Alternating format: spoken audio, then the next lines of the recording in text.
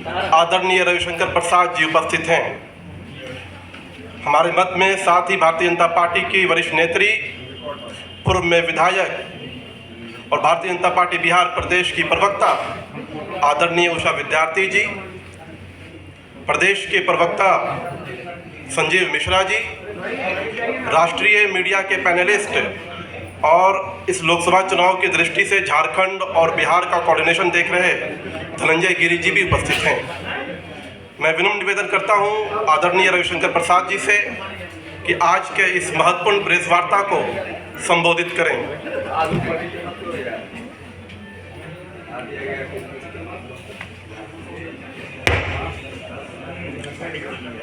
दानिश इकबाल जी, उषा विद्यार्थी जी, संजय मिश्रा जी, धनंजय गिरी जी और पटना के सारे मित्रों, पत्रकार मित्रों, टीवी और प्रिंट, आप सबों को बहुत नमस्कार और अभिनंदन।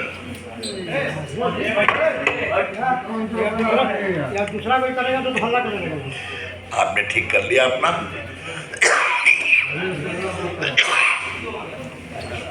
मित्रों, आपकी शिकायत बहुत रहती थी मुझसे कि मैं भाजपा के राष्ट्रीय सेंटर से तो काफ़ी प्रेस करता हूं, आपसे बात कम करता हूं। गाहे बगाहे बाइट लेते थे। तो आज मुझे दानिश इकबाल जी का फ़ोन आया कि कल प्रधानमंत्री जी आ रहे हैं तो आप प्रेस लीजिए। तो मैं सिटी में मेरा कार्यक्रम निर्धारित था पटना साहिब में। हमने कहा ठीक है, मैं एडजस्ट करता हूं। आप लोग का पुनः बहुत बहुत अभिनंदन। मित्रों, मैं 2-3 बड़े सवाल खड़े कर रहा हूं आज अपनी पहली प्रेस कॉन्फ्रेंस में। आज प्रधानमंत्री जी जब कल जमुई बिहार के पहले चुनावी दौरे पर आ रहे हैं तो बिहार के विकास का एनडीए का एजेंडा स्पष्ट है। हमने क्या किया है और क्या करने वाले हैं ये दोनों हम बताएंगे। हमारे प्रधानमंत्री का साफ कहना है, बिना बिहार के विकास के देश का विकास नहीं होगा।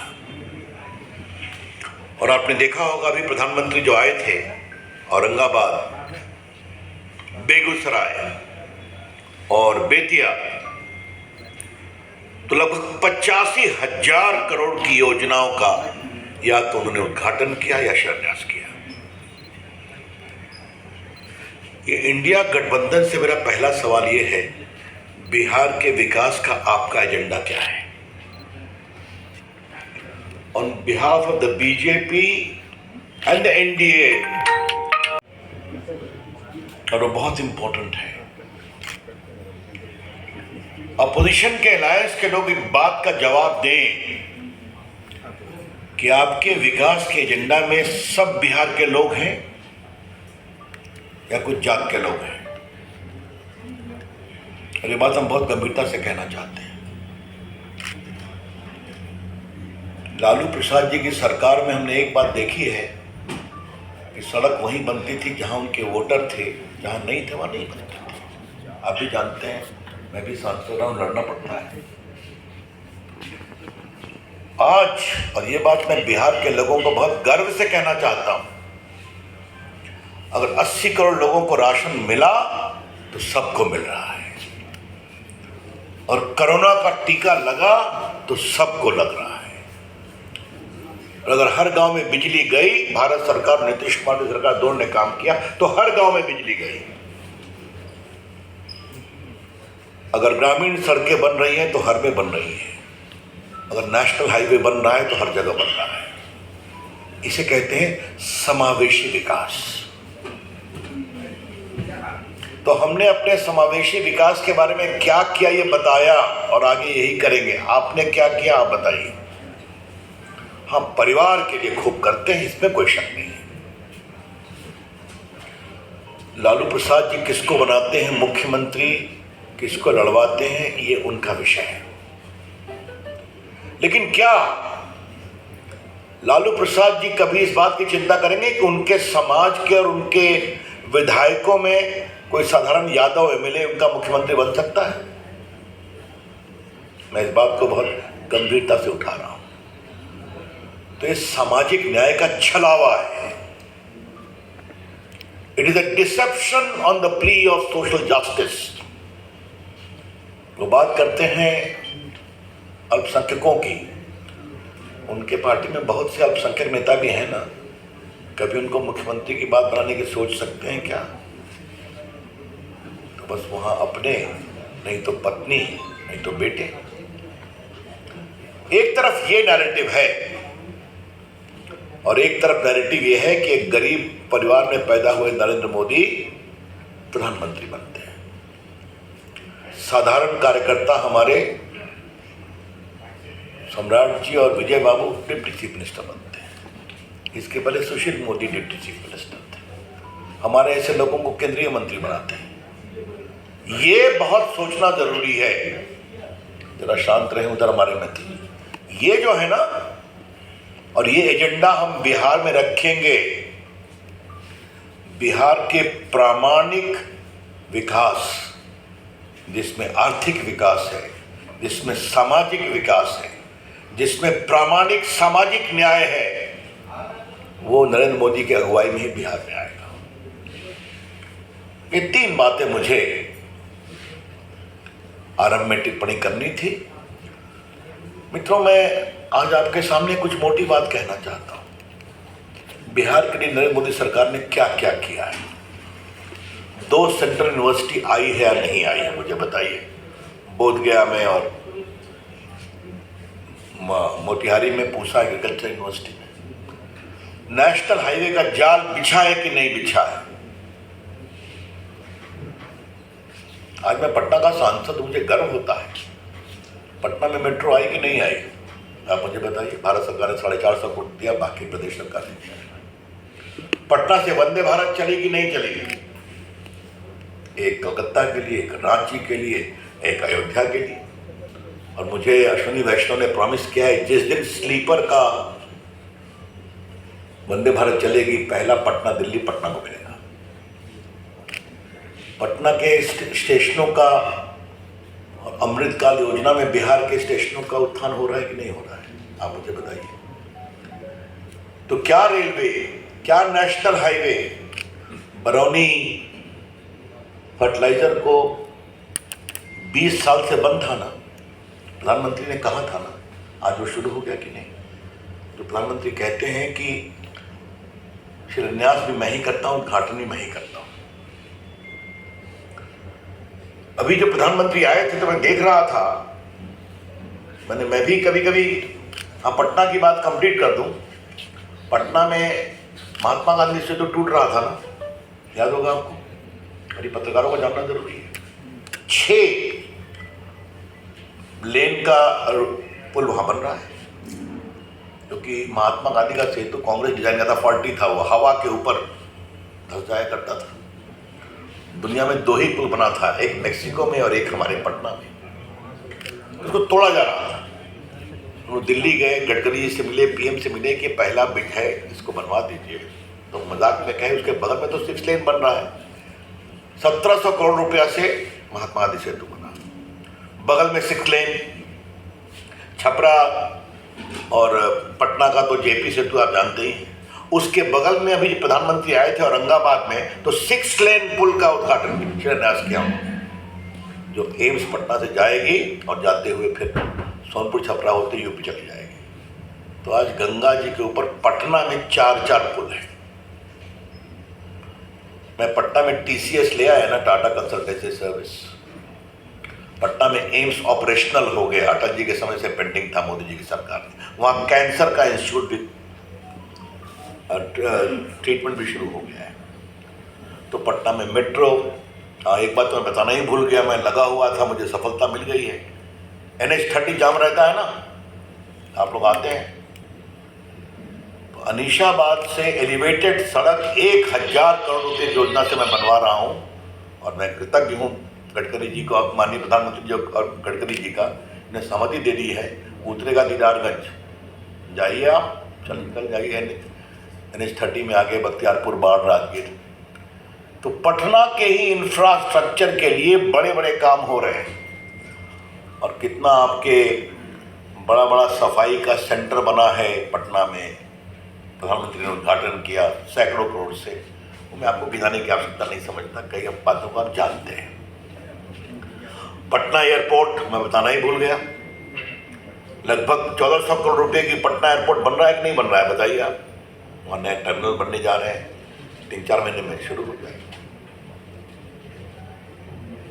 दरभंगा एयरपोर्ट ऑपरेशनल हो गया कि नहीं, 9-10 लाख लोग उड़ते हैं। और मुझे सबसे अच्छा लगता है कि दरभंगा से आजकल कोयम्बटूर की भी फ्लाइट है, चेन्नई की फ्लाइट है, केरला की फ्लाइट है, अच्छा लगता है। मेरे साथ एक मजदूर आ रहा था, थैंक यू, एक मजदूर आ रहा था तो मुझसे मिलने आया, तो सॉरी दुबई से आ रहा था। तो उसने कहा कि जनाब रविशंकर साहब आपसे गुजारिश करनी, पीछे बैठा हुआ था, कहा मैं दुबई से आ रहा हूँ, ये फ्लाइट पटना उतरती है, एक फ्लाइट पटना पूर्णिया और पटना दरभंगा क्यों नहीं करा देते? वहाँ तो एयरपोर्ट बन गया है। ये होती है सोच, ये होता है बदलाव। तो मित्रों, क्या स्वास्थ्य के सेवा, क्या गरीबों को खाना खिलाना, क्या गरीबों को टीका लगाना। एक बात आपकी अनुमति से मैं कहना चाहूंगा, मोबाइल क्रांति देश में हुई है, काफी मोबाइल हमको रिकॉर्ड कर रहे हैं। देश के आईटी मंत्री के रूप में करने का मुझे सौभाग्य मिला है ना कि आज भारत में 90 करोड़ स्मार्टफोन हैं और 2 फैक्ट्री से 270 फैक्ट्री हो गई है। आज एप्पल की 16 फैक्ट्री मैं चाइना से उठा के ले आया। लेकिन बड़ी बात मैं क्या कह रहा हूं, आप मेरा भाषण रिकॉर्ड करिए, इसको फट से फ्लैश करिए। लेकिन एक बहुत बड़ा काम स्मार्टफोन से हुआ है और जो मोदी सरकार की बहुत बड़ी उपलब्धि है। कोरोना का टीका आप लोगों को लगा था कि नहीं लगा था, याद है ना? मुफ्त लगा था ना, उसकी सूचना कहाँ मिली थी आपको, याद है?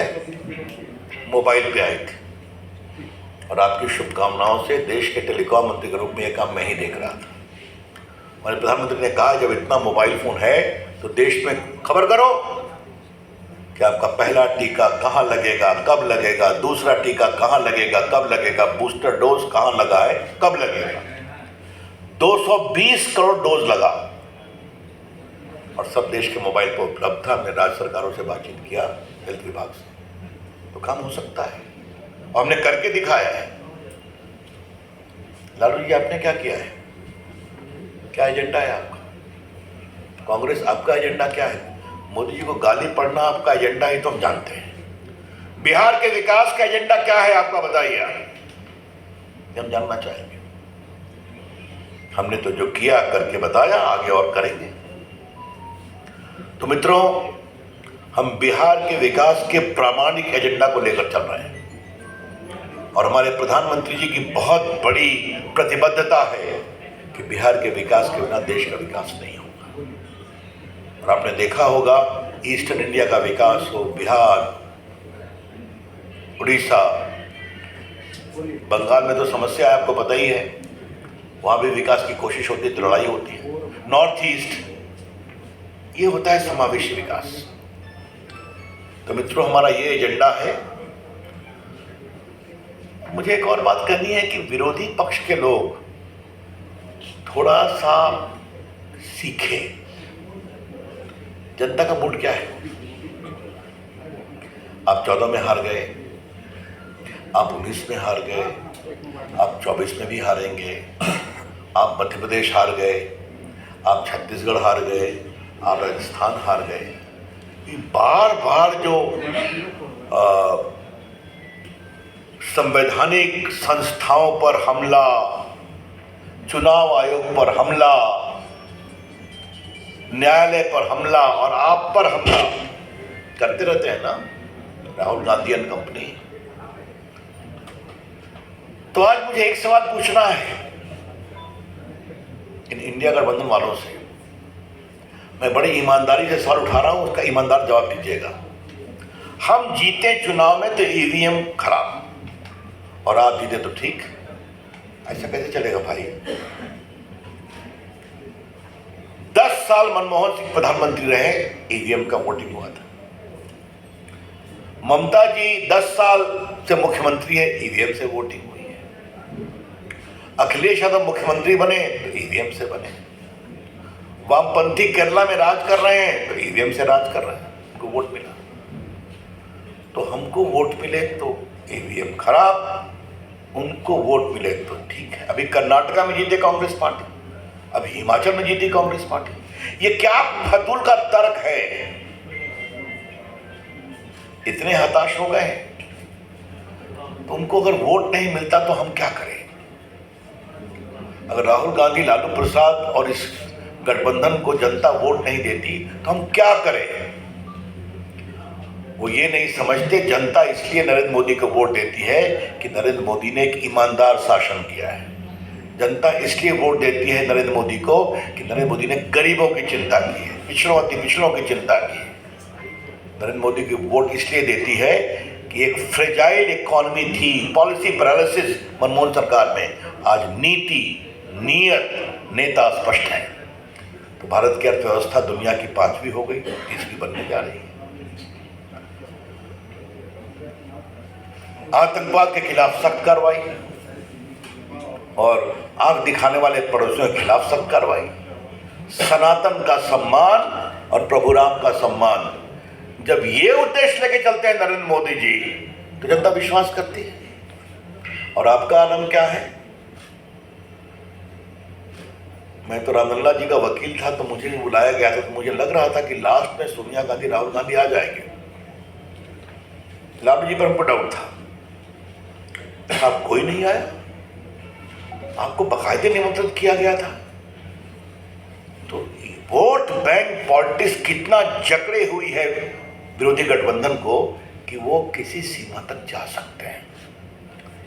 तो देश देखता है ना, तो देश देखता है तो वोट देता है ना, तो आप रोते काहे हैं? तो अपना चाल चलन ठीक नहीं करेंगे तो लोकतंत्र खतरे में है, तो न्यायालय नहीं सुनता, ईवीएम खराब है तो बैलेट पेपर ले आओ, मतलब फिर लूट करो बैलेट पेपर की। आप लोग सब अनुभवी पत्रकार हैं ना जी, कितना लड़ाई होती थी बिहार में, कितनी लाश गिरती थी, पटना में तो कितनी बार बूथ पर हम लोग बैठे थे तो कितना चेजिंग चहेटा चहेटी होता था। आज सब खत्म हो गया ना। ये गर्व है चुनाव आयोग पर। न्यायालय आपको बिल देती है ना, देती है, न्यायालय बाकी निर्णय भी करती है, भारत के न्यायालय भी स्वतंत्र है। और जो वो मीडिया को गाली पढ़ते हैं वही मीडिया आपके इस बात को दिखाता है कि नहीं टीवी पर। हम तो ये शब्दों का प्रयोग नहीं करते। तो एक खींच है, एक हताशा है, हमको वोट नहीं मिलता। तो अपनी करनी ठीक करिएगा तो वोट मिलेगा।